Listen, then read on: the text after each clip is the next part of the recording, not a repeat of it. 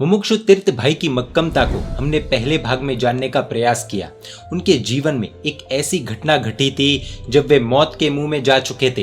वो प्रसंग क्या था और कैसे उस घटना ने तीर्थ भाई का भविष्य बना दिया, जानने के लिए बने रहिए इस वीडियो के अंत तक।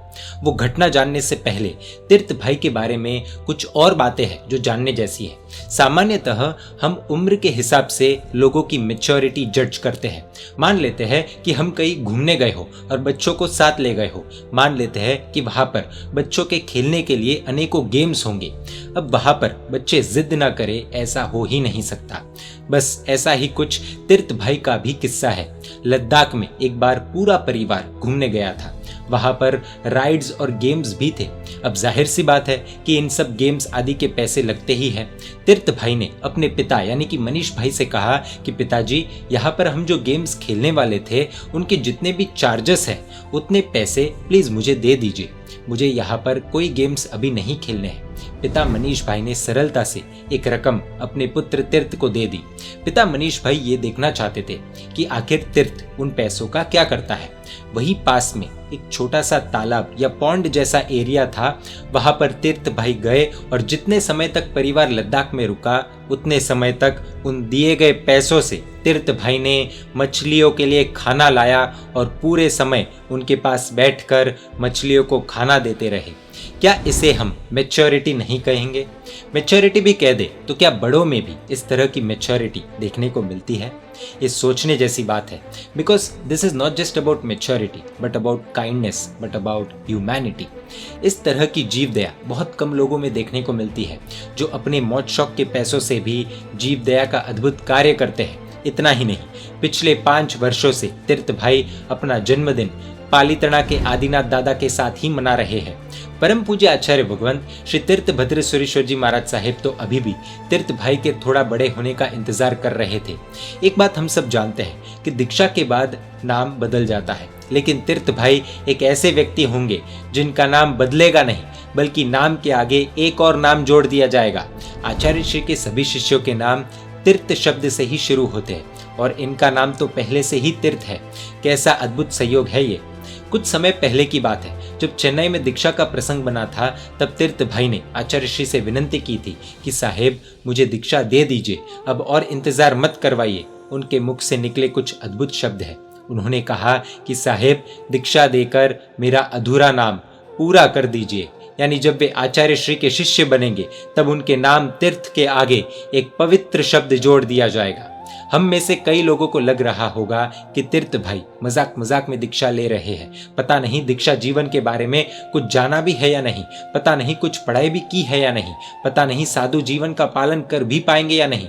जानकारी के लिए बता दे कि तीर्थ भाई का अभ्यास कुछ इस प्रकार है: 5 प्रतिक्रमण, 4 प्रकरण, 3 भाष्य, 5 कर्म ग्रंथ, वैराग्य शतक, इंद्रिय पराजय शतक, ये सब कुछ अर्थ सहित, वितराग स्तोत्र, वैराग्य रसायन शतक, ज्ञान सार, तत्वार्थ की 125 गाथा एक दिन में, योग शास्त्र, कुलक संग्रह, हृदय प्रदीप, संस्कृत की 2 पुस्तकें, ऋषि मंडल आदि आदि आदि, ये सब पढ़ाई तीर्थ भाई ने पूज्य गुरु भगवंतों के पास की है। और जब ये पढ़ाई चलती थी तब स्कूल की पढ़ाई भी साथ में करते थे।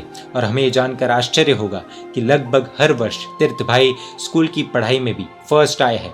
एक बार दीक्षार्थियों का एक कार्यक्रम अंडमान में रखा गया था। वहां पर दीक्षार्थियों के साथ तीर्थ भाई का भी जाना हुआ था। वहां पर अंडमान के मेंबर ऑफ पार्लियामेंट जिनका नाम है कुलदीप राय शर्मा जी, उनका भी आना हुआ था। उन्होंने बहुमान हो रहे दीक्षार्थियों में जब तीर्थ भाई को देखा तब वे हैरान रह गए और उन्हें मन ही मन गुस्सा आ गया कि ऐसे छोटे से बालक को धार्मिक पढ़ाई वगैरह नहीं करवानी चाहिए और बच्चों को धर्म से दूर रखना चाहिए। इस तरह के ख्याल उनके मन में चल रहे थे। लेकिन जब उन्होंने तीर्थ भाई की स्पीच सुनी, तीर्थ भाई के भाव सुने, तब वे एमपी रो पड़े और उन्होंने कन्फेस किया कि मैं गलत सोचता था कि बच्चों को धार्मिक क्रिया या धार्मिक पढ़ाई नहीं करवानी चाहिए। उन्हें पश्चाताप हुआ और उन्होंने ये भी कहा कि ये दीक्षा वगैरह क्या होती है मुझे पहले पता नहीं था, लेकिन आज इन सब दीक्षार्थियों को और तीर्थ भाई को देखने के बाद मुझे समझ आ गया है कि दीक्षा क्या होती है। आज इनके दर्शन करके मैं धन्य हुआ। अपने शब्दों से एमपी को हिलाने वाले तीर्थ भाई के जीवन में एक ऐसी घटना घटी थी जब वे मौत को छूकर बाहर आए थे।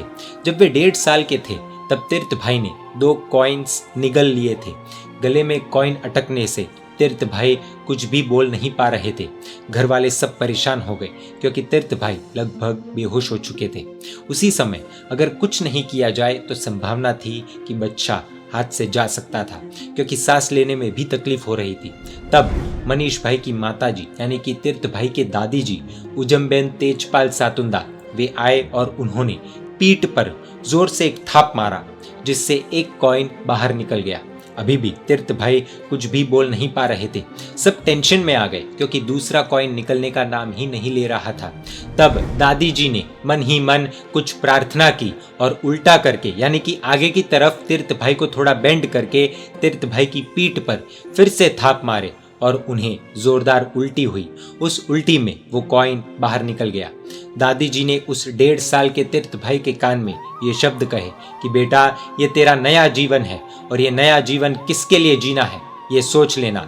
ऐसे देखा जाए तो 1.5 साल के बच्चे को जीवन जीना, सोच लेना, ये सब शब्दों का कोई अर्थ समझ में नहीं आने वाला है। लेकिन माने या न माने, यही शब्द तीर्थ भाई के जीवन को बदलने वाले साबित हुए। दादी जी उजमबेन के 3 भाई हैं और तीनों भाइयों के घर में दीक्षा हो चुकी है। दादी जी की भी इच्छा थी कि मेरे परिवार में भी कोई एक ऐसी आत्मा जन्म ले जो भविष्य में अपना ही नहीं, अपने परिवार का ही नहीं, बल्कि पूरे जिन शासन का नाम रोशन कर दे।